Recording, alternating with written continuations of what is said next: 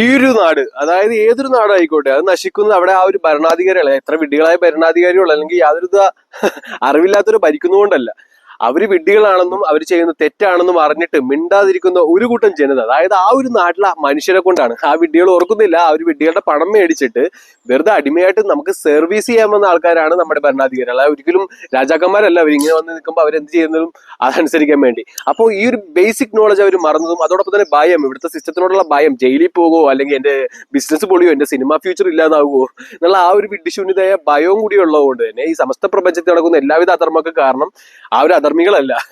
ഈ ഒരു അധർമ്മം നടക്കുന്നത് കണ്ടിട്ട് മിണ്ടായിരിക്കുന്ന ആ ഒരു മനുഷ്യരെന്ന് തന്നെ പറയാം അല്ലെ. കുറച്ച് മനുഷ്യരുണ്ട്, ഈ പറയുന്ന 95% അല്ല, അവര് ഇതെല്ലാം വിട്ട് നിന്ന് വെറുതെ വേംസായിട്ട് ജീവിക്കുന്ന ആൾക്കാരാണ്. സ്വന്തം കാര്യം സിന്ദാബാദ്, അല്ലെങ്കിൽ അവർക്ക് യാതൊരു അറിവില്ല, ജ്ഞാനമില്ല. അതായത് തമോ ഗുണമുള്ള ആൾക്കാരെന്ന് പറയാം. അതായത് ഭക്ഷണം കഴിക്കുക, കിടന്നുറങ്ങുക, സ്വന്തം കാര്യം മാത്രം നോക്കുക. അപ്പോൾ അങ്ങനെയുള്ള ആൾക്കാരല്ല ഞാൻ ഉദ്ദേശിച്ച ആ ഒരു 5% പെട്ട മിണ്ടായിരിക്കുന്ന ആ ഒരു സിനിമാ നടന്മാരാണെങ്കിലും ബിസിനസ് ആൾക്കാരാണെങ്കിലും ഉള്ള കാര്യം. ഇത് കേൾക്കുമ്പോൾ ഉള്ളിൽ കൊള്ളുന്ന കുറച്ച് ആൾക്കാരുണ്ട്. ഞാൻ അവർക്ക് വേണ്ടി മാത്രം പറയുന്ന കാര്യങ്ങളാണ്. ഞാൻ പറഞ്ഞില്ല, റിലാക്സ് കോഴ്സ് എന്ന് പറഞ്ഞാൽ എല്ലാവർക്കും വേണ്ടിയുള്ളതല്ല. ആ ഒരു വിവേകബുദ്ധി, സമസ്ത പ്രപഞ്ചത്തിനും നന്മ വേണമെന്ന് ആഗ്രഹിക്കുന്ന, ഭാവി തലമുറയ്ക്ക് ഇവിടെ സുരക്ഷിതമായിട്ടുള്ള ജീവിതം വേണമെന്ന് ആഗ്രഹിക്കുന്നവർക്ക് മാത്രം കേൾക്കാൻ വേണ്ടി പറയുന്ന കാര്യങ്ങളാണ്.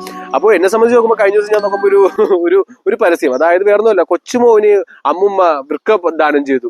അതായത് 80 വയസ്സും 90 വയസ്സുള്ള അമ്മുമ്മക്കൊരു യാതൊരു പ്രശ്നമില്ല, 9 വയസ്സുള്ള കുഞ്ഞിന്റെ വൃക്ക പോയി. പിന്നെ കഴിഞ്ഞ ദിവസം നോക്കിയപ്പോൾ ഒരു കുഞ്ഞ് 10-15 വയസ്സുള്ള ഒരു കുഞ്ഞ് ആത്മഹത്യ ചെയ്തിരിക്കുന്നു, 15 വയസ്സുള്ള കുഞ്ഞ് ആത്മഹത്യ ചെയ്തിരിക്കുന്നു.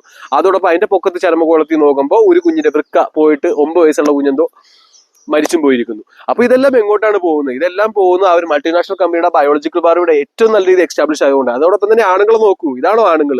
അതായത് പണം കൊടുത്തു കഴിഞ്ഞാൽ സാരി കൊടുത്ത് ലിപ്സ്റ്റിക് ഇട്ട് നടു റോട്ടിൽ പോയി കോമാളിത്തരം കാണിച്ചുകൊണ്ടിരിക്കും. ഇവരെല്ലാം ഉള്ളതുകൊണ്ട് തന്നെയാണ് ഇവിടുത്തെ ഭരണാധികാരികൾക്ക് ധൈര്യം. അതായത് ആണും പെണ്ണും അല്ലാത്ത ആൾക്കാരായി കഴിഞ്ഞു സമസ്ത പ്രപഞ്ചവും. ഈ പറയുന്ന സിനിമാ നടന്മാരാണെങ്കിലും എല്ലാവരും നഹുംസങ്ങളായി മാറിക്കഴിഞ്ഞു. അവർ സിനിമയിൽ മാത്രം ഷോ കാണിക്കാൻ പറ്റുള്ളൂ. ഈ പറയുന്ന ബിസിനസ് ആൾക്കാരാണെങ്കിലും റോൾസ് റോയ്സിലും ഡിഫൻഡറെല്ലാം നടക്കുന്നു, ജനങ്ങളെ പറ്റിച്ചു നടക്കുന്നു. അവരും ഞങ്ങൾക്കെതിരെ ചോദ്യം ചെയ്യില്ല. അപ്പൊ സമസ്ത കാര്യങ്ങളും നഹുംസകങ്ങളായെന്ന് പറഞ്ഞപ്പോൾ, അതായത് ആണും പെണ്ണും കെട്ടവരായെന്ന് പറഞ്ഞപ്പോൾ ഞാൻ ഉദ്ദേശിച്ചത് ട്രാൻസ്ജെൻഡേഴ്സ് അല്ല, അവർക്ക് കുറച്ചും കൂടി തൻ്റെയുള്ള ആൾക്കാർ. ഞാൻ ഉദ്ദേശിച്ചത് ആ ഒരു മിക്സഡ് ആൾക്കാർ പൈൻഡിൽ. അപ്പൊ അങ്ങനെയായ സ്ഥിതിക്ക് ആ രീതിയിലായി കഴിഞ്ഞു. അതോടൊപ്പം തന്നെ നമ്മുടെ കുഞ്ഞുങ്ങളെല്ലാം നോക്കൂ, ഇവരുടെ എല്ലാം ഹോർമോൺസ് ചേഞ്ചസ് ആക്കി പെണ്ണാക്കി മാറ്റി കഴിഞ്ഞു. കാരണം അവർക്ക് മീശയില്ല, താടിയില്ല, പുരുഷത്വമായിട്ടുള്ള ചിന്തയില്ല, അതോടൊപ്പം തന്നെ ആത്മധൈര്യമില്ല, ആ ഒരു നട്ടലില്ല. ആ രീതിയിലായി കഴിഞ്ഞപ്പോൾ അവരെല്ലാം സുരക്ഷിതമായി കഴിഞ്ഞു.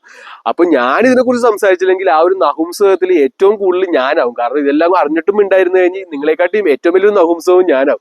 അപ്പൊ എന്നെ സംബന്ധിച്ച് നോക്കുമ്പോൾ ഒരു ആണായ ഒരു സുപ്രീം ജീവിതം ജീവിക്കേണ്ട ഞാൻ ഒരിക്കലും എനിക്കത് ശോഭനീയമല്ല. അപ്പൊ അതുകൊണ്ട് ഞാൻ എല്ലാം എതിർക്കും. ഈ പറയുന്ന പ്രധാനമന്ത്രി ആണെങ്കിലും അമേരിക്കൻ പ്രസിഡന്റ് ആണെങ്കിലും ഇതെല്ലാം തെറ്റാണെന്ന് തന്നെ പറയണം. അപ്പൊ ആ ഒരു തെറ്റില്ലാതാക്കാനാണ് ഞാൻ വന്നിരിക്കുന്നത്. അപ്പൊ ഈ നഹുംസകൾ ആരും എനിക്ക് കൂട്ടു വേണ്ട. ഓക്കെ, ഞാൻ അല്ലാതെ തന്നെ എല്ലാം പരിശുദ്ധമാക്കുന്നതാണ്.